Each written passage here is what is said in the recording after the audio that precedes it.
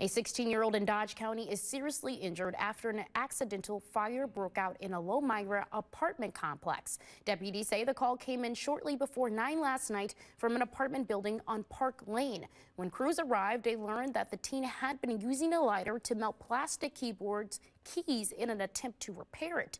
A nearby bottle of rubbing alcohol ignited, sparking a brief fire. The teen was flown by a medical helicopter to a children's hospital in Milwaukee with serious but non-threatening life injuries.